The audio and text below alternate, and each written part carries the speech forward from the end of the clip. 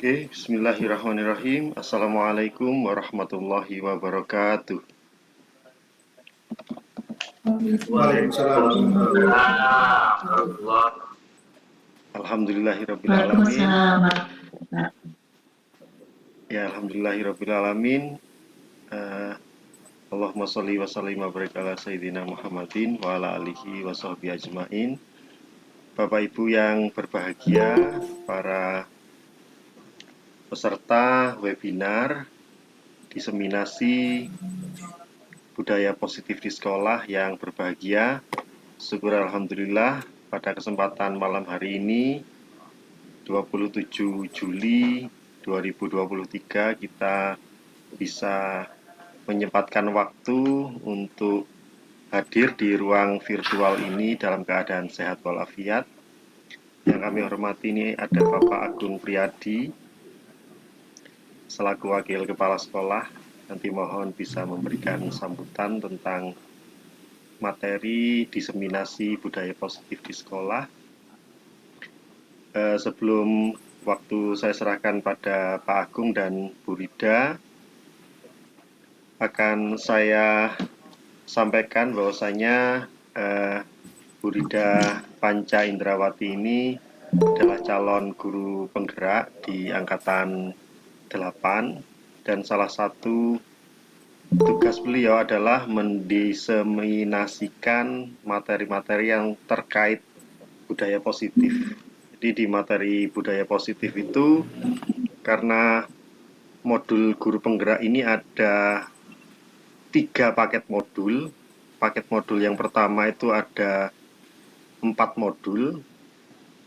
Yang modul yang keempat ini namanya adalah modul budaya positif. Nah, modul yang 1.4 ini yang harus didiseminasikan oleh Bu Rida, karena yang saya ketahui juga ini adalah materi-materi yang cukup baru yang nantinya akan memuat tentang hal-hal tentang bagaimana disiplin positif, lalu bagaimana kebajikan universal itu bisa menjiwai kita sebagai guru dan juga murid-murid kita. Lalu nanti Bu Rida akan menyampaikan tentang teori motivasi, lalu hukuman dan restitusi, lalu tentang keyakinan atau kesepakatan kelas, lalu hal-hal yang terkait dengan kebutuhan dasar manusia termasuk kebutuhan siswa-siswa kita, 5 posisi kontrol dan juga segitiga restitusi. Nah, sebelum kita beralih pada sambutan Pak Agung dan paparan dari Bu Rida, marilah kita berdoa. Semoga apa yang menjadi harapan kita semua dari materi yang didiseminasikan oleh Bu Rida ini berjalan sesuai rencana. Berdoa dipersilahkan.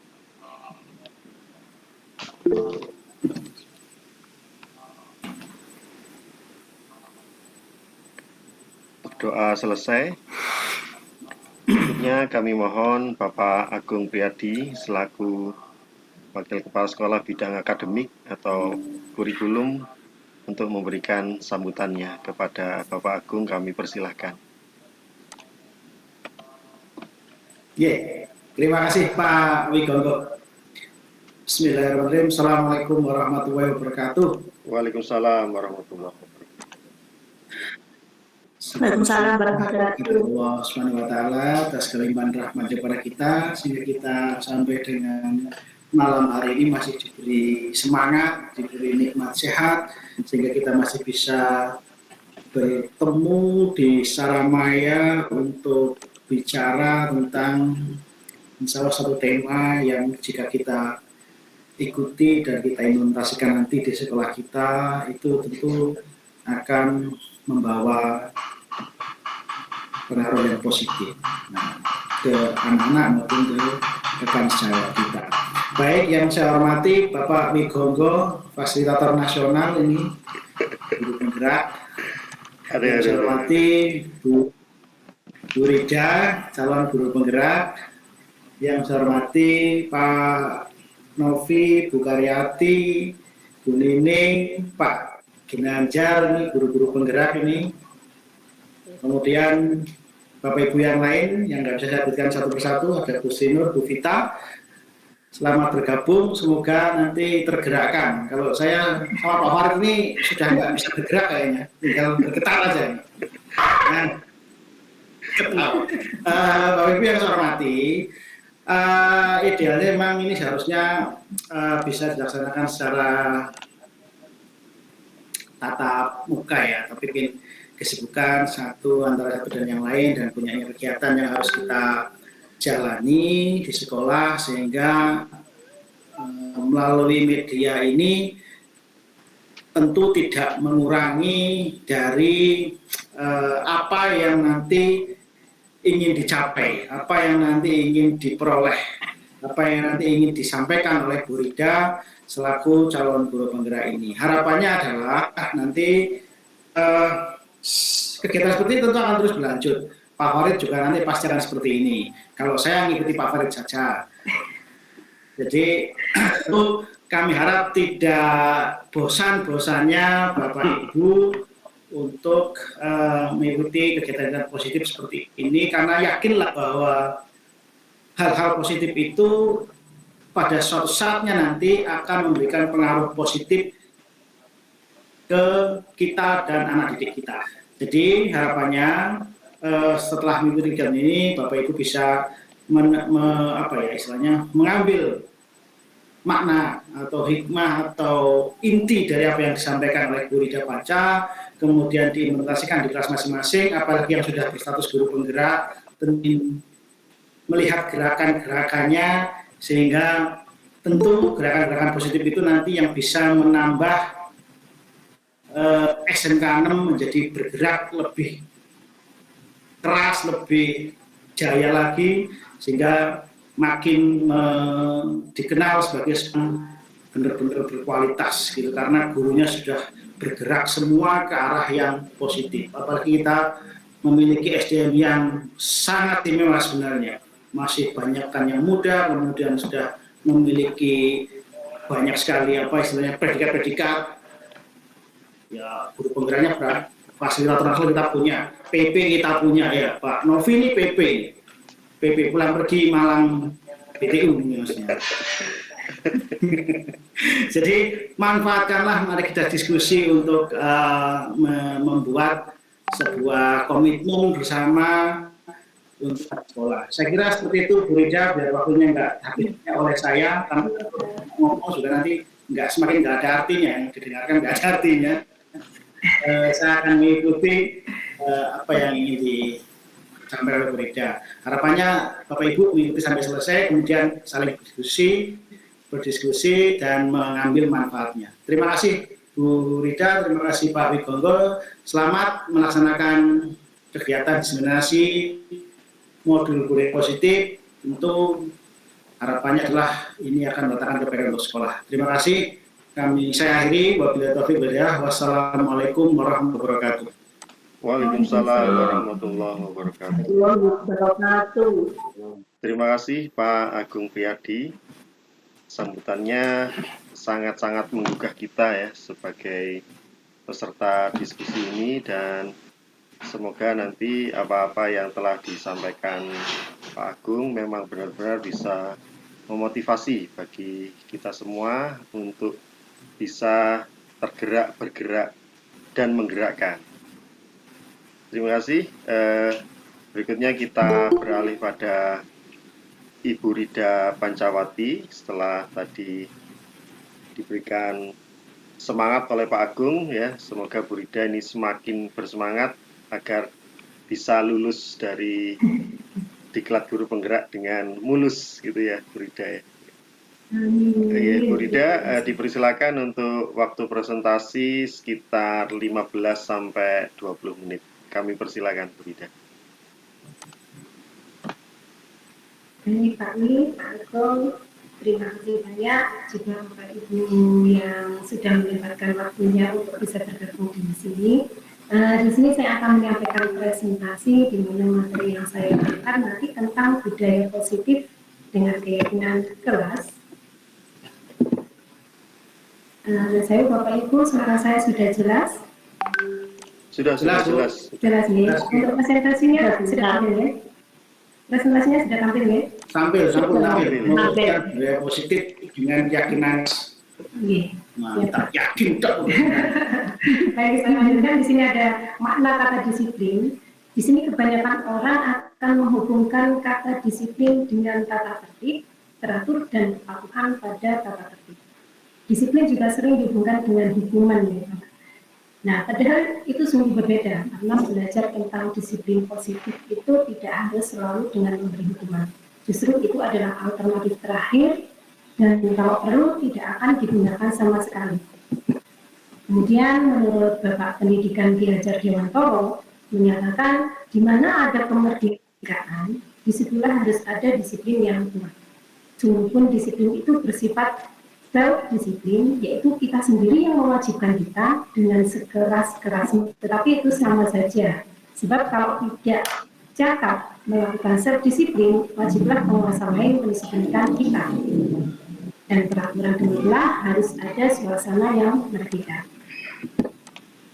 Kemudian di situ menurut Ki Hajar Dewantoro menyatakan untuk mencapai kemerdekaan atau dalam konteks pendidikan kita saat ini, untuk menciptakan murid yang merdeka, syarat utamanya adalah harus ada disiplin yang kuat. Nah, disiplin yang dimaksud di sini adalah disiplin diri, ya, yang memiliki motivasi internal yang berasal dari dalam. Jika kita tidak memiliki motivasi ini, maka kita memerlukan pihak lain untuk mendisiplinkan kita atau motivasi eksternal, karena berasal dari luar, bukan dari dalam diri kita sendiri. Nah, adapun definisi kata merdeka itu menurut Ki Hajar Dewantoro adalah merdeka itu artinya tidak hanya terlepas dari perintah. Jadi akan tetapi cakap buat memerintah dirinya sendiri.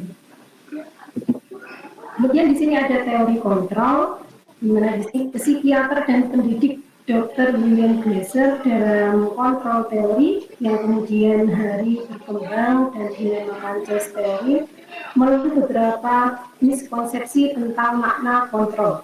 Nah, di sini ada 4 nih, Ibu. Di antaranya yang pertama itu ada ilusi guru mengontrol murid. Kemudian yang kedua, ilusi bahwa semua penguatan positif efektif dan bermanfaat. Yang ketiga, ilusi bahwa kritik dan membuat orang merasa bersalah dapat menguatkan karakter. Dan yang terakhir di sini, ilusi bahwa orang dewasa memiliki hak memaksa. Kemudian dari teori kontrol di sini ada 5 posisi kontrol yang dimiliki oleh guru. Yang pertama itu guru sebagai penghibur. Kemudian yang kedua, guru sebagai pembuat orang merasa bersalah. Yang ketiga, guru sebagai teman. Yang keempat, guru sebagai pemantau. Dan yang kelima itu guru sebagai manajer.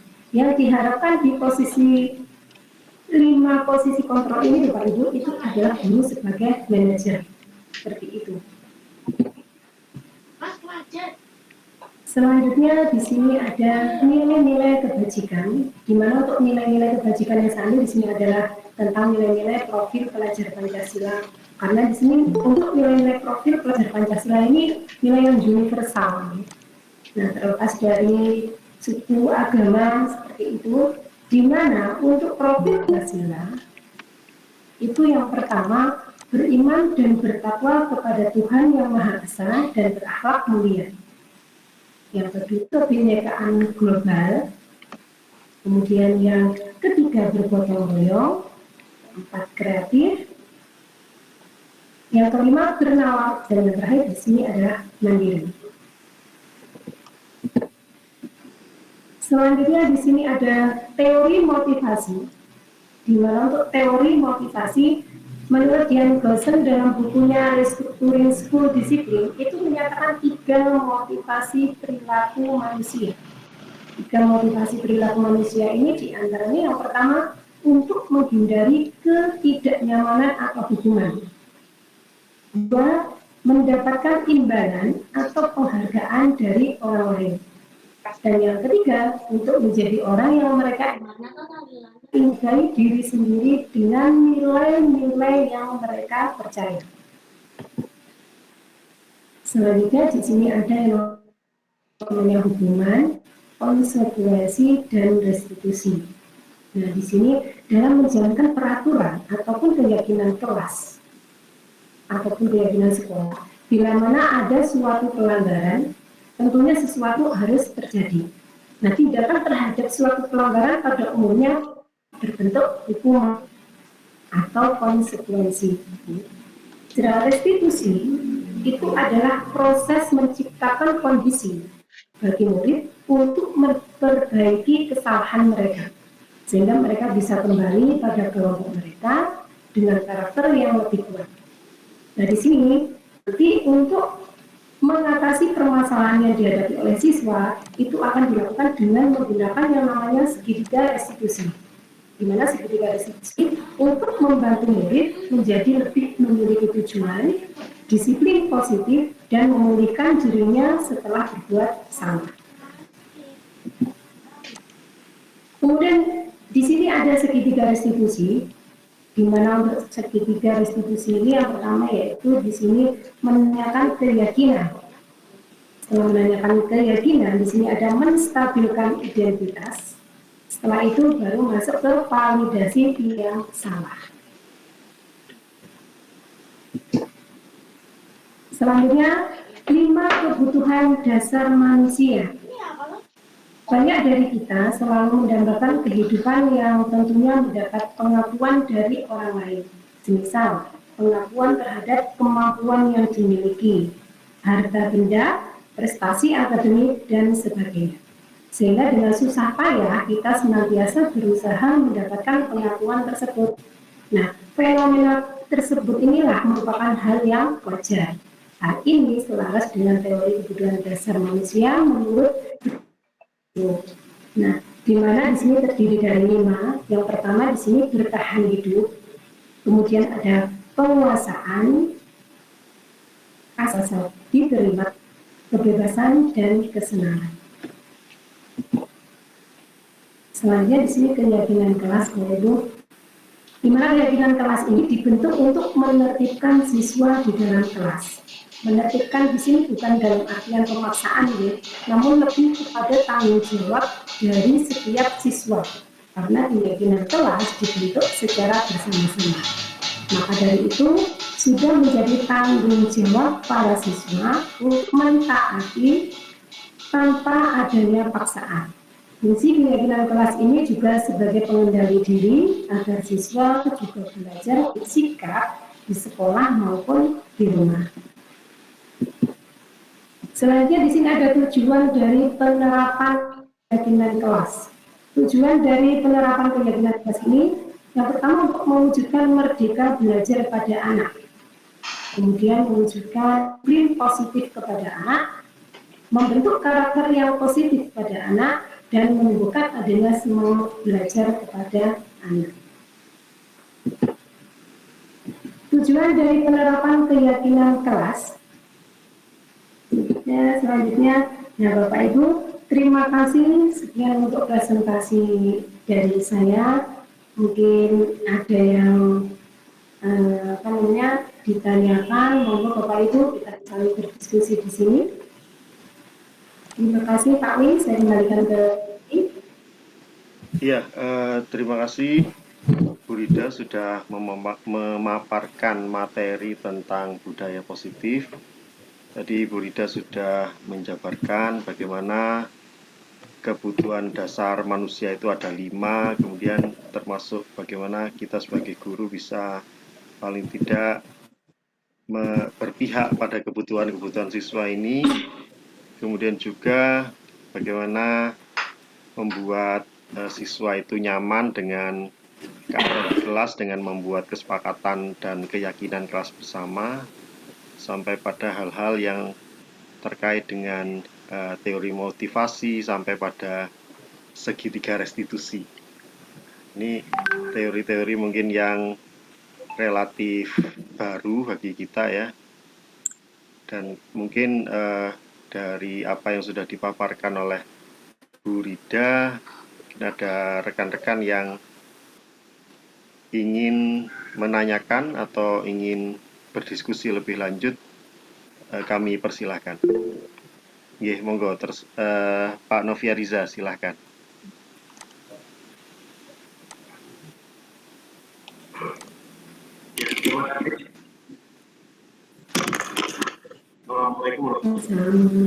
Waalaikumsalam warahmatullahi wabarakatuh. Waalaikumsalam warahmatullahi wabarakatuh. Jadi untuk Bu Rida mungkin pertama-tama apakah bisa diberikan contoh nyata bentuk budaya yang harus dilakukan, jadi kayak tingkah laku real gitu. Sudah, saya catat dulu deh Pak nih. Jadi tingkah laku kita satu dulu, kan ini yang awam sekali dengan budaya positif. Ngapain sih tahunya kan budaya positif, dan terus kemudian bagaimana caranya kok bisa nggak ada reward and punishment gitu. Nah itu kan masih jadi pertanyaan dari banyak guru, mungkin masih awam, karena kami melihat juga beberapa guru yang non guru penggerak masih kurang dalam melakukan disiplin positif, itu yang pertama. Kemudian yang kedua, Pak Novin, yang pertama apa Pak tadi? Bagaimana? mengenai contoh nyata budaya positif. Contoh nyata budaya positif. Iya, contoh nyatanya budaya positif itu seperti apa yang tanpa reward and punishment itu. Terus kemudian diberikan contoh atau mungkin link YouTube atau apa begitu, jadi praktek nyatanya seperti apa begitu. Mungkin ada link-link dari Bu Rida sendiri. Hasil dari yang saya lakukan seperti ini. Ya, aksi nyatanya Bu Rida sendiri atau aksi nyata teman-teman lainnya ya, itu juga bisa. Jadi contoh restitusi yang nyata bagi teman-teman guru ini kira-kira seperti apa gitu. Kalau dari saya itu saja. Maaf kalau terlalu banyak tanya. Terima kasih. Waalaikumsalam warahmatullahi wabarakatuh. Ya, ini pertanyaan dari Pak Novia Riza tentang contoh nyata dari budaya positif sehingga tidak ada reward dan punishment gitu ya. Kemudian aksi nyata dari Bu Rida ya tentang budaya positif. Ya, dua pertanyaan. Berikutnya Pak Daris, siswa Nugraha, dipersilakan. Oh, dulu ya? Ditampung dulu ya. Mungkin 3 atau 4 pertanyaan baru dijawab gitu Bu Rida ya. Terima kasih. Silakan Pak Daris. Terima kasih atas waktu dan kesempatannya. Mohon maaf tadi kepengen. Allah, jangan. Oh iya, ini Pak Daris biasa mencet-mencet di tempat yang tidak semestinya ini kayaknya ini ya, mic-nya jadi terpencet. Oh ya, ini berikutnya Pak Farid Syafi'i, Direktur BCS, dipersilakan. Maaf Pak, juga kepencet. Alhamdulillah. Betul. Malam-malam kok banyak yang salah pencet ini ya. Aduh, udah marah lah. Malam Jumat kali. Atas apa ya, masih baru mungkin pelaku guru yang masih tidak banyak bergerak ini ya. Dengan adanya guru K6 ini akhirnya jadi semangat kami untuk terus bergerak dan menggerakkan. Gitu lah. Gini Bu Rida, dengan kondisi real yang ada di sekarang tentunya kita harus paham betul lah istilahnya kondisi karakter, terus yang banyak aspek dan lain sebagainya. Ya. Dengan adanya apa ya istilahnya implementasi disiplin positif dengan restitusi ini, tentunya kami juga menyikapinya tentu berbeda dari kelas A, B, dan C. Gitu. Nah, saya bilang, apa sih yang kami harus lakukan dalam hal menyikapi perbedaan itu, atau tips lah untuk dengan kondisi yang seperti ini, harus seperti ini, kalau yang ini harus seperti ini. Tadi saya lihat tidak mengenal apa istilahnya reward punishment lah. Nah, terima kasih. Iya Pak. Saya ulangi Pak Farid ya, apa yang harus dilakukan untuk menghadapi perbedaan kondisi apa ya, Oh, itu kondisi. baik karakter dan sebagainya. Ya, jadi tentang bagaimana menyikapi perbedaan di kelas, karena di kelas kita itu banyak sekali perbedaan, mungkin dari gaya mengajar, kemudian perbedaan budaya, perbedaan cara-cara menghadapi sesama gitu ya Pak Farid. Ya, mungkin 3 pertanyaan dulu Bu Ida, dipersilakan yang dari Pak Novi dulu tadi. Oh, ini Bu Eti, sebentar Bu Eti ya, setelah 3 pertanyaan terjawab baru nanti Bu Eti ya. Terima kasih. Monggo Bu Rida dulu. Oke, mudah-mudahan saya tidak lupa nanti. Coba Bu di mana? Baik, saya jawab pertanyaan dari Pak Novi ya. Contohnya Pak budaya positif tentang reward dan punishment.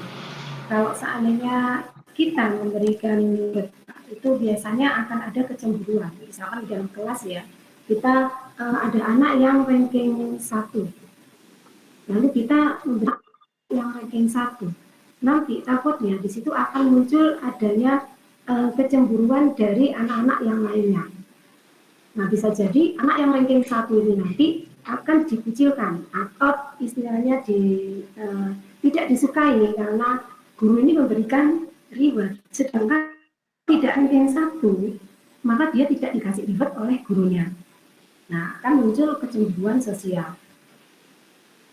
Makanya di sini kenapa kita harus menggunakan yang namanya bukan reward atau punishment. Nah, itu tadi untuk menghindari adanya rasa kecemburuan, terus nanti adanya rasa sakit hati antar sesama temannya, jadi tidak akan terbentuknya suasana yang nyaman nanti di kelas itu Pak. Seperti itu. Lalu untuk contoh budaya positif yang sudah ada di sekolah, contohnya misalkan di sini sudah adanya senyum sapa. Nah, itu sudah merupakan contoh dari budaya positif di sekolah kita. Kemudian adanya datang tepat waktu, ya. Nah, itu juga termasuk contoh budaya positif.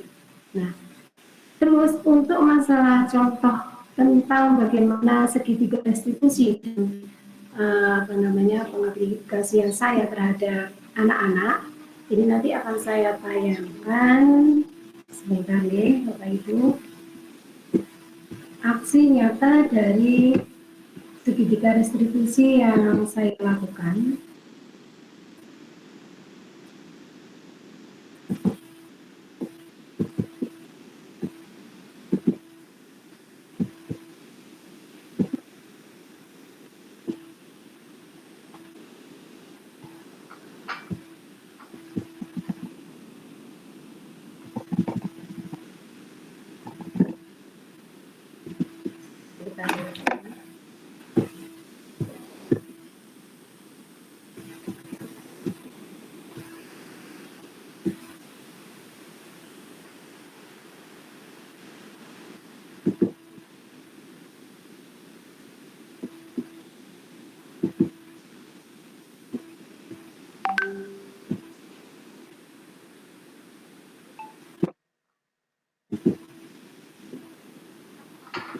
Kok tidak ada suaranya ya, Bu Rida?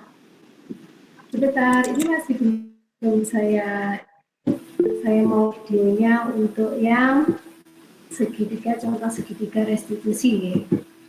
Ya. Yang sudah pernah saya lakukan. Pokok jangan segitiga yang lain lah. Baik Pak.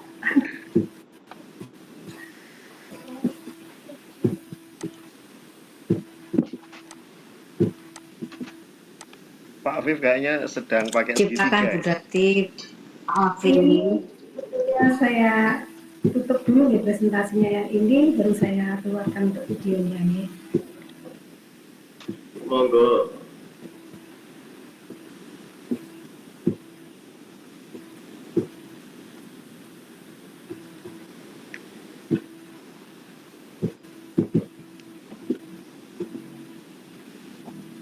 Sudah tampil Ibu-Ibu, Bapak-Bapak? Belum Pak. Filmnya Sudah. sudah. Sudah. Filenya Nah ini belum saya menangani anak-anak yang terlambat.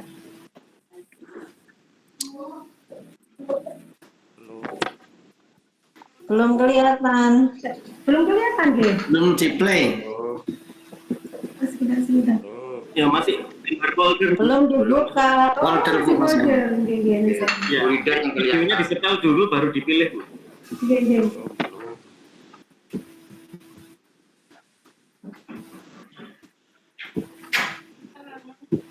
Belum.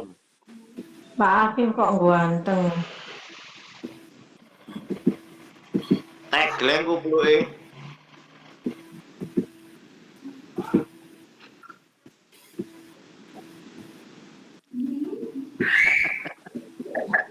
Ini masalahnya nggak bisa dikecilkan ya Pak.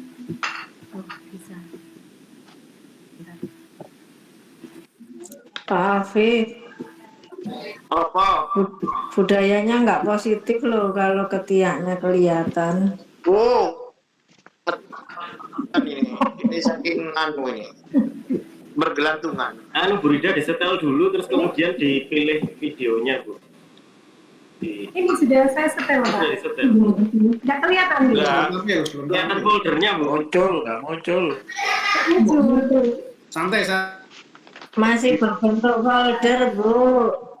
Bisa dibantu Abah Wali kalau nyetel film gini biar cepat.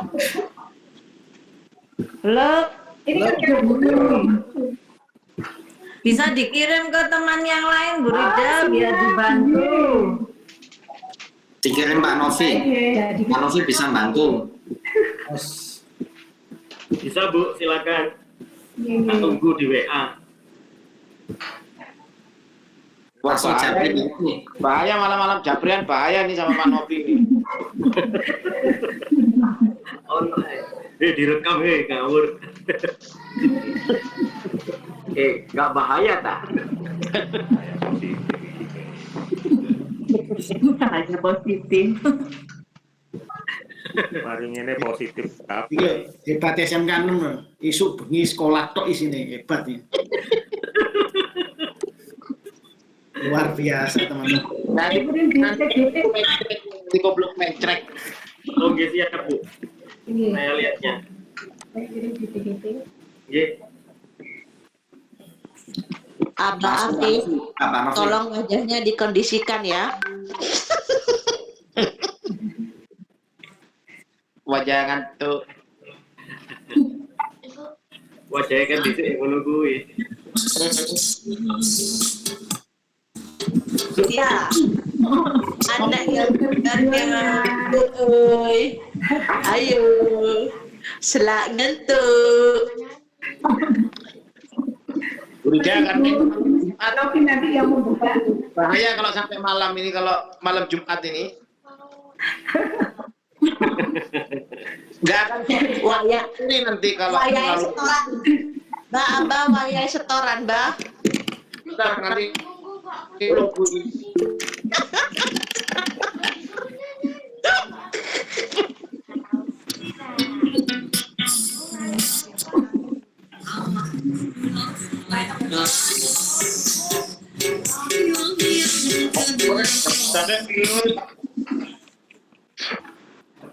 Umar Kipit nih.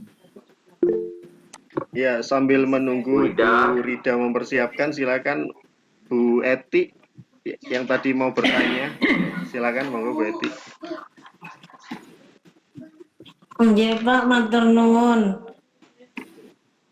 Jujur itu tadi sebenarnya kepencet, Oh, pencet. tapi nggak apa-apa. Iya, Iya, ini begini, Bu. Mengapunten, saya ini tadi baru gabung, baru ingat. Kalau ingat dari tadi pasti saya bawa laptop. Bisakah Bu Rida memberikan contoh nyata tentang apa tadi restrukturisasi? Itu sih. Ya, Restrukturisasi. pokoknya itu. Lah, saya mau buka, sudah nggak kelihatan ininya apa namanya? Ngangkat barbel. Iya, Ngapunten, saya ini baru tahu dari tulisannya Bu Rida dan ini unik Bu karena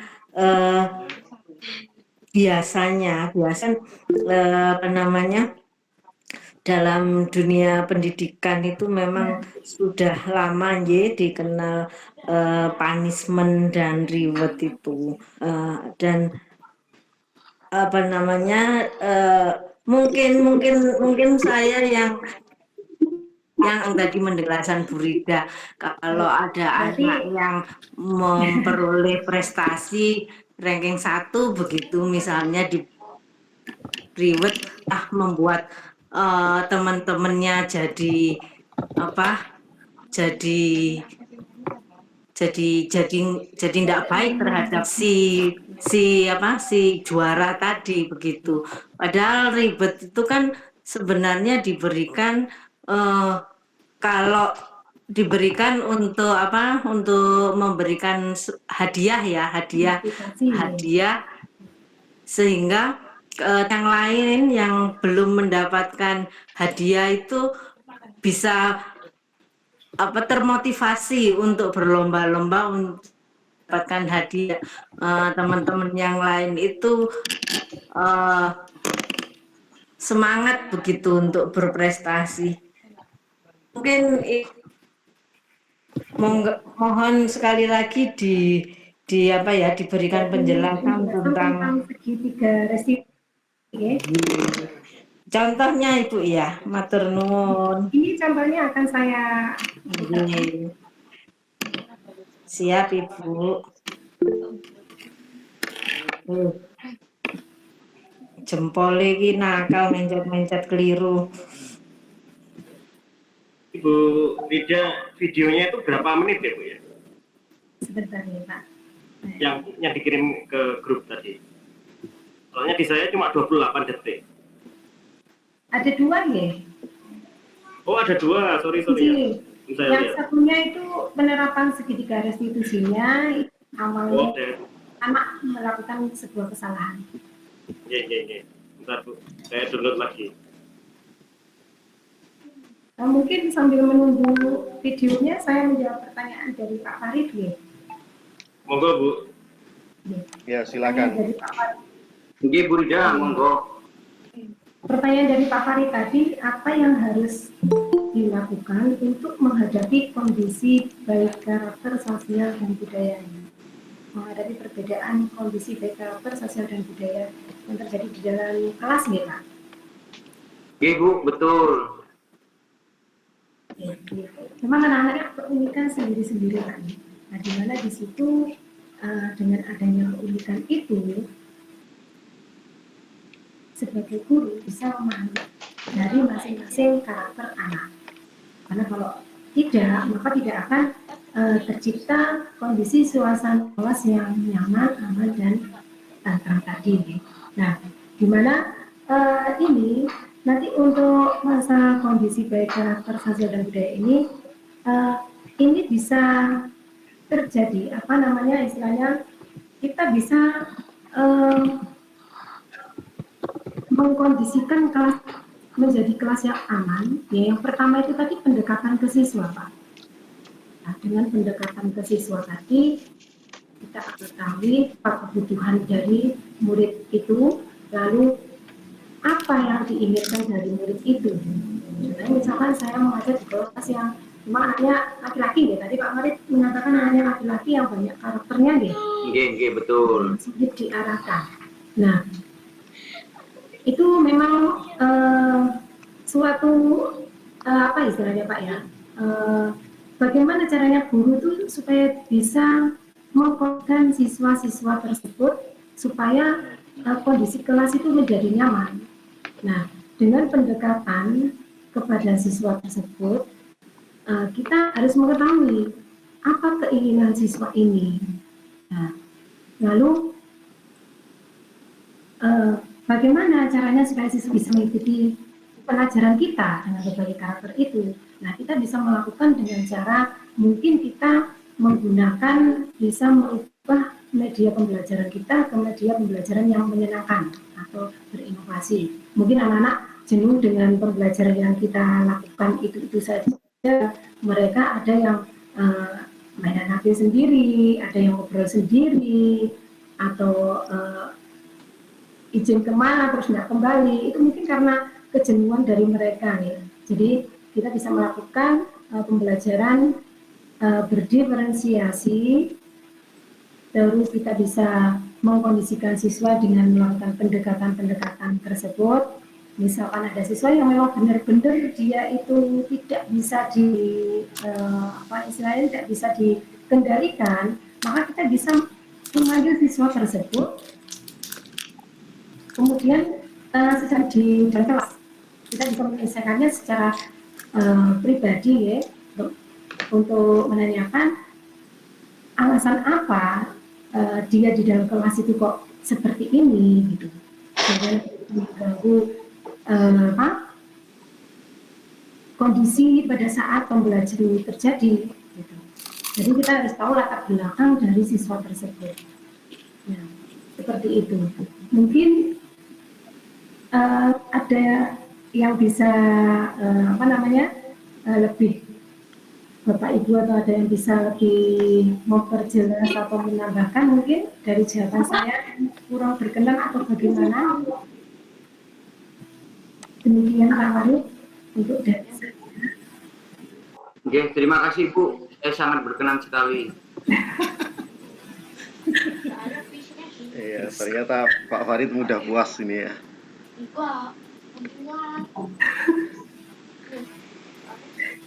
Ya, ini waktu menunjukkan 19.43, jadi kita kira-kira kurang 16-17 menit lagi menuju pukul 20 seperti yang kita rencanakan gitu. Sambil menambahkan apa-apa yang sudah disampaikan oleh Bu Rida, bahwasanya memang tampilan PowerPoint Bu Rida itu tadi mengatakan bahwasanya untuk reward dan punishment itu dihindari Bu Rida ya, untuk di budaya positif ini, karena menurut teori motivasi, seseorang itu tergerak karena ada motivasi eksternal dan motivasi internal. Motivasi internal ini yang pertama, seseorang melakukan sesuatu itu karena ingin dipuji orang atau ingin mendapatkan reward. Yang kedua, karena seseorang itu melakukan sesuatu ingin menghindari hukuman atau ingin menghindari punishment. Nah, ini adalah motivasi eksternal. Ini yang kalau menurut Bu Rida tadi yang dihindari. Yang sangat disarankan adalah motivasi internal atau intrinsik, yaitu motivasi dari dalam. Apa itu motivasi dari dalam? Motivasi dari dalam itu motivasi di mana kita bisa melakukan sesuatu itu bukan karena ingin dipuji, bukan karena ingin menghindari hukuman, tapi karena kita menghargai diri kita sebagai seorang manusia seutuhnya. Jadi kalau kita memiliki profil seperti profil pelajar Pancasila, memiliki akhlak mulia, kemandirian, bernalar kritis, kreatif, kemudian berkebinekaan global dan memiliki gotong royong, maka kita misalkan datang pagi seperti Pak Agung, datang jam 6 pagi itu bukan karena ingin dipuji, karena bukan ingin dihukum, tapi karena memang menghargai diri sendiri sebagai seorang manusia yang mandiri dan bertanggung jawab. Nah, seperti itu. Seperti Pak Farid mengerjakan semua tugas-tugas yang harus diselesaikan bukan karena ingin dipuji kepala sekolah, bukan, tapi karena memang menghargai diri sendiri sebagai sosok yang mandiri, berakhlak mulia. Nah, itu yang ditekankan di materi-materi guru seperti itu. Iya, jadi bukan karena reward dan punishment, tapi karena motivasi intrinsik gitu. Gitu Kak, kalau itu bisa dari orang dewasa memang sebetulnya. Kalau anak-anak tuh masih perlu tantangan memang. Untuk usia SMK itu tantangannya besar Pak untuk memunculkan seperti itu. Iya. Harus dicoba. Betul. Nah, makanya itu kita harus sabar lah, sabarnya yang tinggi. Iya, makanya tadi Bu Rida menyatakan bahwasanya awal-awal bagaimana kita menanamkan nilai-nilai kebajikan universal seperti dimensi profil pelajar Pancasila. Ya, itu ketika kita memberikan sebuah restitusi, maka dikembalikan lagi pada nilai-nilai kebajikan universal, kemudian dikembalikan pada kesepakatan kelas yang di awal-awal pembelajaran itu sudah disepakati bersama. Nah, mungkin seperti itu, Bu Rida. Kalau tambahan dari saya. Gitu. Iya, terima kasih Pak Wi. Apakah jadi ditampilkan, Bu? Oke, monggo. Pak. Nun sewu suaranya mungkin kurang bagus. Iya, suaranya gitu. Yang itu Pak, kurang bagus. Monggo sambil dijelaskan, Bu Rida. Oke. Nah, di sini saya sedang menghadapi anak yang terlambat pada saat mengikuti pelajaran saya, Bapak Ibu. Lalu di sini saya tidak langsung menegur anak di depan kelas, nih. Tapi di sini nanti saya akan memanggil anak ini di jam-jam pulang sekolah. Video mobil? Oh ya, sebentar Bu ya. Oh iya. Nah, di mana nanti di sini yang saya lakukan adalah dengan menggunakan yang namanya segitiga restitusi. Di mana langkah dari segitiga restitusi tadi itu ada 3. Yang pertama itu menstabilkan identitas. Iya, mohon maaf suaranya kurang jelas. Oh iya, Pak.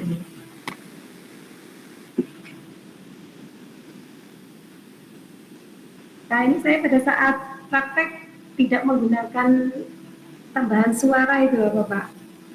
Oh, oke.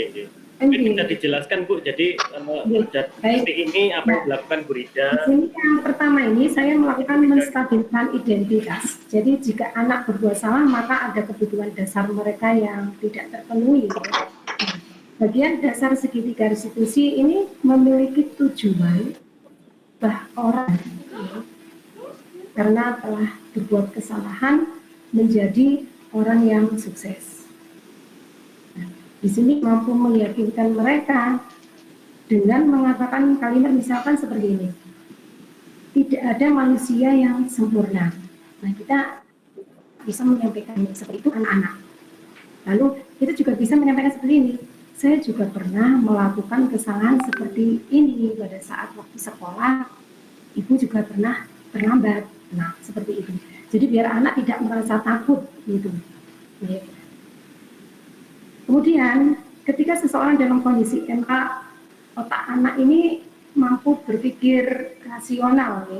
Jadi saat inilah kita bisa menstabilkan identitas anak ini. Nah, anak kita bantu dengan tenang dan mencari solusi untuk menyelesaikan permasalahannya. Nah, ini fungsinya dari menstabilkan identitas lagi.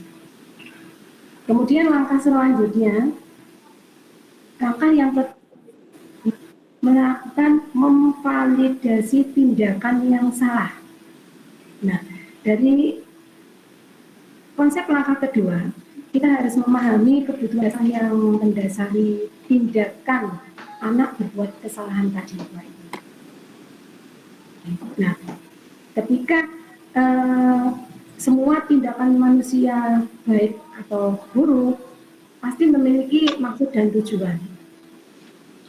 Nah, ketika kita mau anak yang berbuat salah, nah di sini kita akan dalam masa ini yang diperlukan adalah kita memahami alasan melakukan hal tersebut sehingga anak merasa dipahami.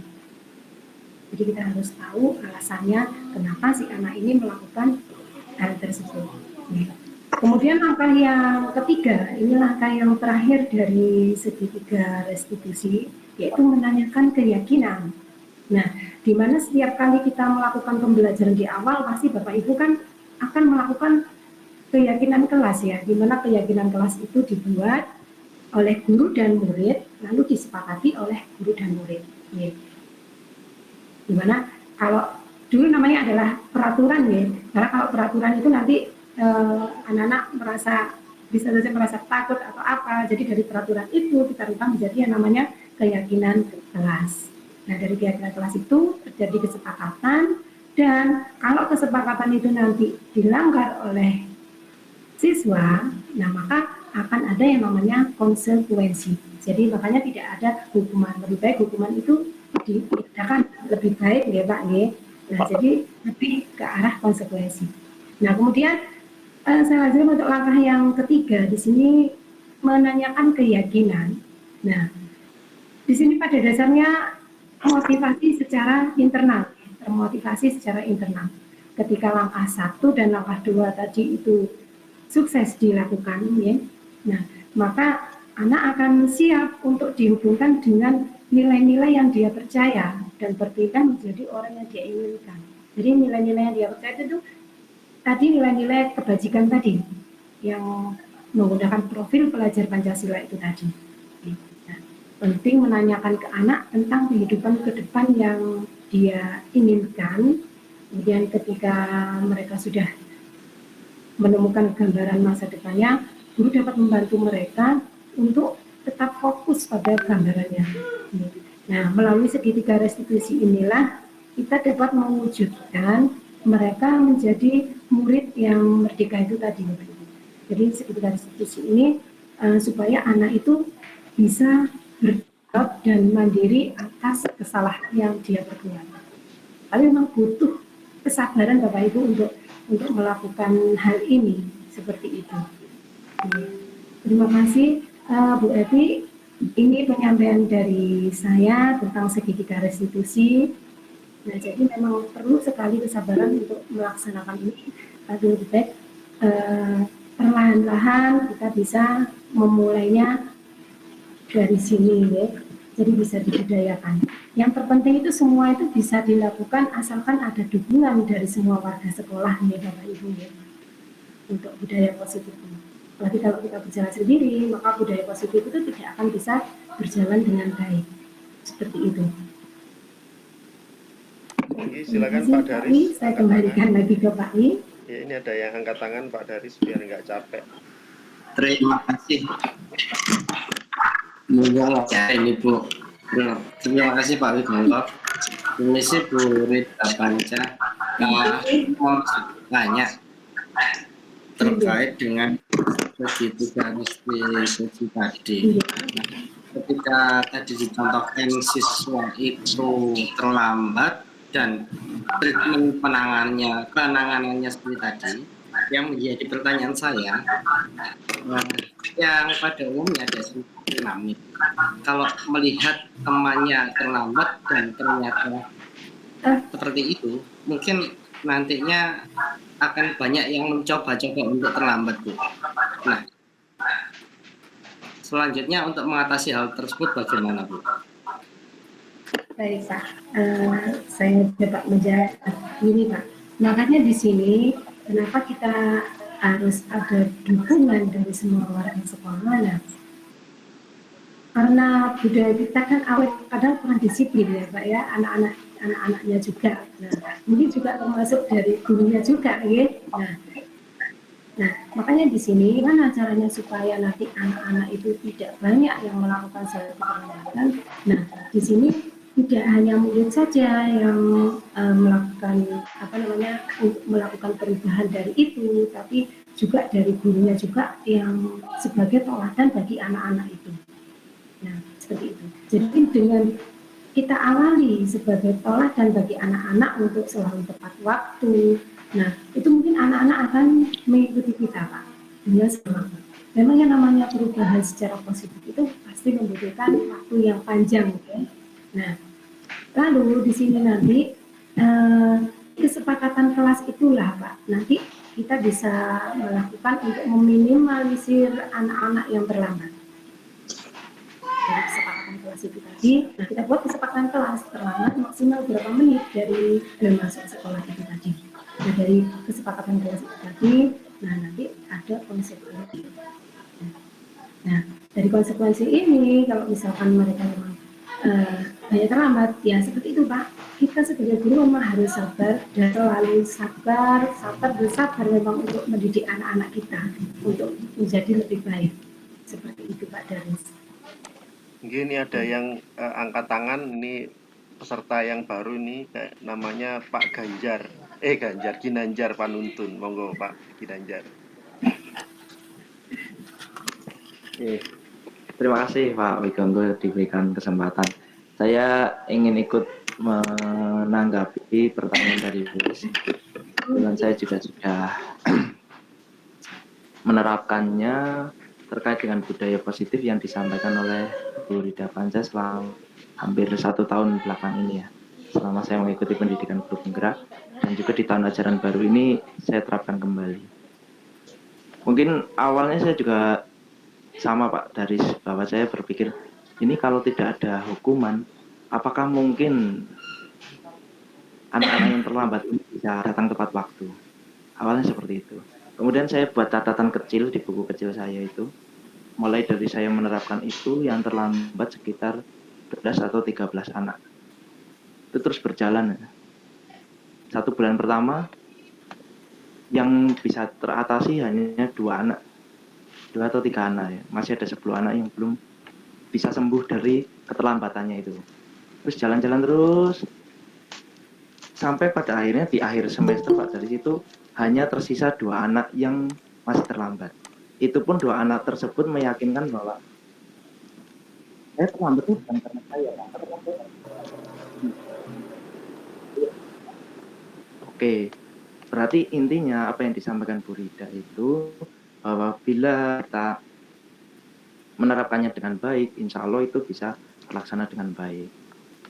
Buktinya dengan catatan saya yang di buku kecil, saya setiap tanggal saya catat nih, anak ini terlambat nih, 12 anak yang pertama itu. Kemudian minggu berikutnya masih sama, minggu berikutnya mulai berkurang, minggu berikutnya berkurang sampai di akhir itu tersisa tinggal 2 anak yang tidak terlambat. Itu saya terapkan sama sekali tanpa menghukum anak, tanpa menghukum. Jadi saya terapkan segitiga restitusi tersebut. Anak itu saya ajak ngobrol. Awalnya karena itu banyak, saya ajak ngobrolnya secara berkelompok. Karena semakin berkurang per individu. Dan ternyata dari sharing itu saya jadi tahu, oh kenapa sih dia terlambat. Oh bagaimana cara kamu supaya kamu tidak terlambat. Oke Pak, saya gini. Pak boleh nggak sih saya kalau main game? Ya boleh, nggak apa-apa. Yang penting kamu tanggung jawab jam 5 pagi harus bangun dan sebagainya. Jadi dia akan sadar diri. Tapi di SMK masih ada kelemahannya tentang restitusi ini, yaitu kita tidak bisa restitusi ini pada kasus-kasus yang terlalu fatal. Di SMK kan banyak kasus seperti itu, seperti perkelahian, merokok, minuman keras, itu diterapkan di sana.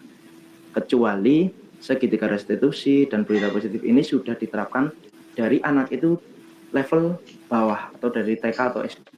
Jadi akan terbawa terus. Tapi kalau dari SMK langsung diterapkan itu kasus yang fatal itu agak sulit memang Pak Daris. Seperti itu mungkin sharingnya mungkin bisa sedikit menjawab pertanyaan dari Pak Daris. Terima kasih. Assalamualaikum warahmatullahi wabarakatuh. Waalaikumsalam warahmatullahi wabarakatuh. Luar biasa sekali Pak Ginanjar, memang pelan-pelan tapi pasti, karena memang reward dan punishment ini memang kalau menurut beberapa penelitian akan efektif dalam jangka pendek, tetapi tidak efektif dalam jangka panjang, sehingga memang untuk disarankan tidak memakai reward dan punishment, tetapi mengembalikan pada nilai-nilai kebajikan universal yang diyakini bersama-sama. Sepertinya seperti itu ya Pak. Ini ada lagi yang angkat tangan, ini sudah jam 20.00. Diteruskan atau 2 aja ya, Bu Eti, kemudian Pak Novia, setelah itu kita tutup. Monggo Bu Eti. Nggih, matur nuwun. Ini wawasan yang baru bagi saya dan luar biasa, karena segitiga restitusi ya. Jangan sampai salah lagi saya ngomong. Nah, tetapi di dalam penerapannya ada 3 tadi yang dipaparkan Bu Rida itu ketika kita merespon pernyataan-pernyataan siswa itu juga harus hati-hati, sehingga pada saat kita sebenarnya maunya berempati begitu, tetapi jangan-jangan siswa nanti salah pengertian, justru nanti dikira kita mendukung perbuatan yang salah yang dilakukan oleh siswa tadi. Jadi sekali lagi memang ini diperlukan keterampilan untuk berkomunikasi yang tepat begitu, sehingga tujuan yang ingin kita capai itu tepat. Nah, itu jadi senang sekali nanti kalau budaya positif restitusi tadi itu diterapkan oleh semua guru. Ini akan banyak sekali membantu guru BK ini, sehingga meminimalkan permasalahannya anak-anak. Nah, hebat ini ya. Saling kolaborasi Bu ya. Iya. Kolaborasi dan itu dari semua warga sekolah, baru budaya positif jalan. Iya Bu.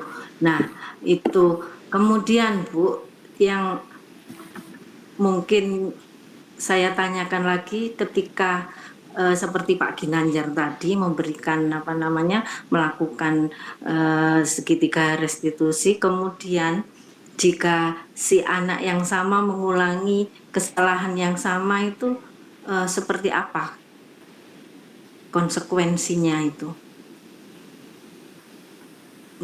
Itu saja mungkin, terima kasih. Baik, berarti. Nah, mungkin segi restitusi tadi ya Bu ya. Nah, kita sudah mencoba perlahan-lahan. Kalau memang anak itu masih tetap saja, berarti kita perlu menjadikan restitusi. Dan di sini berarti akan muncul yang namanya kebutuhan dasar manusia. Berarti dimana kebutuhan dasar manusia yang pertama itu tentang kebutuhan fisiologi. Nah, dimana kebutuhan fisiologi ini merupakan kebutuhan paling dasar manusia, antara kebutuhan fisiologi berupa makan, minum, pakaian, tempat tidur ya. Nah, pemenuhan akan kebutuhan fisiologi ini berdampak pada rasa puas dalam dirinya. Kemudian yang kedua, kebutuhan akan rasa aman. Nah, di mana di sini setelah kebutuhan sandang, pangan, dan papan itu terpenuhi, ya, kebutuhan berikutnya adalah kebutuhan akan rasa aman. Anak merasa dari rasa takut, lalu dari cemas, serta kekalutan. Nah, banyak dari ini sebuah kebutuhan ya, ketika rasa aman itu sudah tidak lagi dimiliki, seperti itu. Kemudian kebutuhan manusianya itu yang ketiga tentang kebutuhan akan cinta dan kasih sayang. Nah, di sini kebutuhan akan rasa aman sama fisiologi sudah terpenuhi. Selanjutnya muncul kebutuhan yang namanya rasa cinta dan kasih sayang. Ini erat kaitannya dengan ikatan kasih sayang di lingkungan keluarga dan lingkungan sosial. Makanya namanya karakter anak-anak itu berbeda, makanya kita harus tahu latar belakang dari anak-anak itu tadi.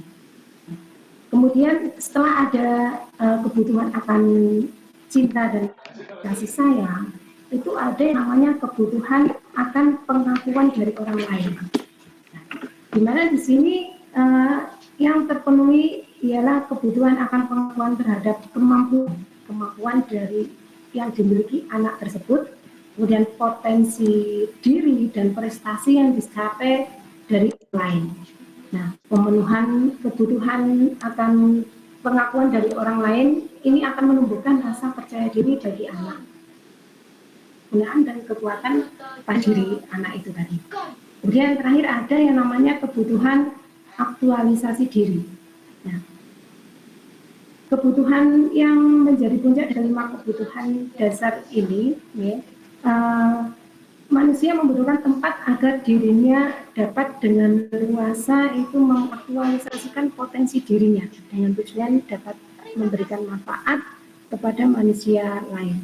Nah, seperti itu ya. Jadi memang kita harus mengetahui kebutuhan dasar manusia supaya kita bisa mengetahui apa sebenarnya yang diinginkan oleh anak didik kita. Seperti itu. Ya, interupsi Bu Rida, ini waktu sudah lebih 6 menit. Mungkin terakhir Pak Novia Riza. Matur nuwun. Nggih, Bu Eti, terima kasih. Ya, Pak oke, Novia terima Riza, kasih. terakhir, nggih, monggo. Ya, kalau saya lebih sifat mendukung Pak Ginanjar dan Bu Rida saja nih. Jadi yang dikatakan disampaikan oleh Bu Rida dan Pak Ginanjar itu memang benar-benar kita rasakan. Saya yakin juga Bu Yunita, Bu Karyati, mungkin teman-teman gerak gitu, merasakan bahwa ternyata ya kalau dilakukan beneran itu hasilnya sangat optimal, efisien dan efektif. Contoh sederhana nih, kalau saya mengingatkan siswa pakai bajunya dikeluarkan gitu ya. Dulu saya pakai membuli atau memaki anaknya atau marah-marah bentak-bentak anaknya. Sekarang ditepuk bawahnya, mas-mas yang coba tolong dirapikan gitu. Nah, bajunya.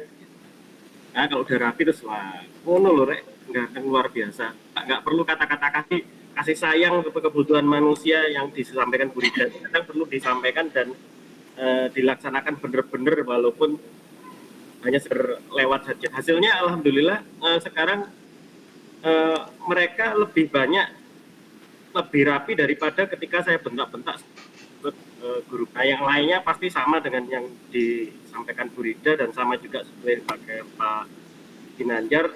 Anak-anak kami yang terutama wali kelasnya itu sudah perubahan signifikan setelah dilakukan strategi restitusi. Jadi itu saja dari saya ke Bu Rida dan Pak Widu. Ya, terima kasih Pak Novia Riza. Mohon maaf Bu Rida karena waktu jualah nampaknya yang memisahkan kita ini ya. Ini sudah jam 20 lebih 08 dan rekan-rekan guru SMK Negeri 6 Malang nampaknya sangat berantusias sekali karena kita berharap hanya mungkin ya yang hadir mungkin sekitar 10, ternyata sampai 26. Sekarang sampai 20. Ini mudah-mudahan Pak Agung bisa ngasih sertifikat ini nanti. Ya, terima kasih. Amin. Ya, terima kasih Bu Rida, Pak Novia, Bu Eti, Pak Ginanjar, Pak Daris, Bu Nining, Bu Vita, Bu Andri, Pak Agung, Pak Farid, Bu Sinur, Bu Tina, Bu Karyati, Bu Sinur, Bu Yunita, Bu Butet, Manten Anyar ya, Bu Bali, Bu Yah Bali, Bu Nungki, dan ini Estiawati ini simpen nih yang sudah hadir pada kesempatan malam hari ini. CGP. Iya, mudah-mudahan dari apa yang menjadi diskusi pada kita pada kesempatan malam hari ini tentang budaya positif ini semakin membuat kita penasaran sehingga membuat diskusi-diskusi yang berkelanjutan yang nantinya bisa berdampak positif bagi sekolah kita tercinta SMK Negeri 6 Malang. Gitu. Mungkin ada hal-hal yang mau disampaikan Bapak Ibu sebelum Pak Farid kapan Pak Farid? Oh Pak Farid langsung dapat sertifikat guru penggerak Pak Farid. Kita kapan-kapan Pak. Begini Pak Wi, terima kasih banyak ini, tapi memang waktunya terbatas lah. Sebenarnya waktu ini kami sangat membutuhkan gitu loh. Karena mungkin hanya dengan seperti inilah kita bisa bertemu, bercuap-cuap gitu. Mungkin di jalan kan kita jarang ya. Dengan seperti ini sebenarnya wah luar biasa, ilmunya juga luar biasa. Kalau bisa nanti jangan 1 jam, 2 jam Pak Wi. Kalau Gitu ya Pak ya. begitu nggak apa-apa. Pak Farid aja 2 jam bisa. Ya, kita sambil 3 jamnya Pak Agung, 2 jam Pak Farid. Mantap. Ngopi sih. Habis ini saya belajar bilang restitusi Iya. enggak perlu retribusi Hati-hati Bu Eti ya. Heeh. Ini Bu Eti ini psikolog kita ini sangat rendah hati sekali walaupun pengetahuannya banyak ya. Seolah-olah ini masih baru padahal sudah banyak pengetahuan ini psikologi. Ayo melakukan budaya positif mulai dari diri kita. Anak-anak pasti akan ngikut. Betul. Kelas ojo telat. Ya, benar sekali Pak. Terakhir kita terapkan itu semua, alhamdulillah. Betul. Ya, motivasinya bukan punishment atau reward tapi karena menghargai diri kita sebagai manusia seutuhnya. Jadi saya masuk kelas, siswa sudah di kelas, dalam kelas semua. Walaupun dengan saya. Teladan. Iya. Ya Pak Agung ya, teladan. Jangan edan. Teladan. Nggih. Terima kasih Bapak Ibu apabila Intinya terima kasih Bu Rida, Pak Wi. Ya, terima kasih semuanya apabila sudah tidak ada yang disampaikan. Nggih, kami tutup webinar. Saya mau bertanya monggo sama Bu Rida. Tapi karena waktunya terbatas jadi tidak jadi. Tidak apa-apa kalau mau, silakan Bu Andri. Oh ya, Besok lagi masih bertanya. Ya, tapi kan kesempatan saja saya akan bertanya lagi. Bisa langsung di ruang guru sama Bu Rida nanti. Matanya ini mau tidur semua, jadi Betul. Woi, ini Pak Wigogo tidurnya masih jam 1 ini Bu Andi. semangat terus Pak Wigogo ya. Iya, tamas terus ya. Nggih, terima kasih Tidak Bapak biru Ibu. Pak Wi. Iya, kenapa? Ini sama Pak Wigogo, sama Pak Agung semuanya saya mendapatkan ilmu yang baru. Oke, Waalaikumsalam warahmatullahi wabarakatuh. Terima kasih, kami tutup. Izin Sampai jumpa lagi. keluar, Selamat nggih. malam. Assalamualaikum warahmatullahi wabarakatuh. Sukses Bu Rida. Waalaikumsalam. Harus semuanya. Pak Ibu. Waalaikumsalam warahmatullahi wabarakatuh. Sukses Bu Rida.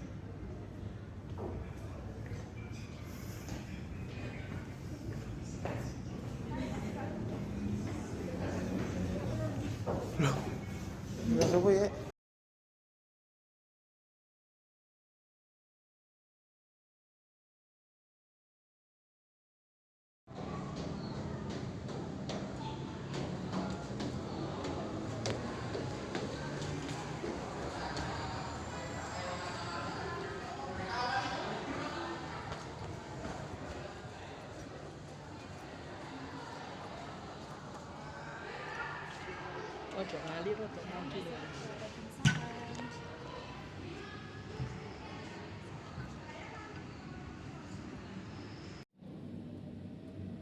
Tiga. Assalamualaikum Najwa. Najwa sudah tahu kenapa Bunda panggil ke sini ya? Belum ya? Jadi pada saat pelajaran Bunda ya, apa yang Najwa lakukan? Terlambat datang ke sekolah ya. Nah, menurut Najwa itu baik atau enggak? Enggak baik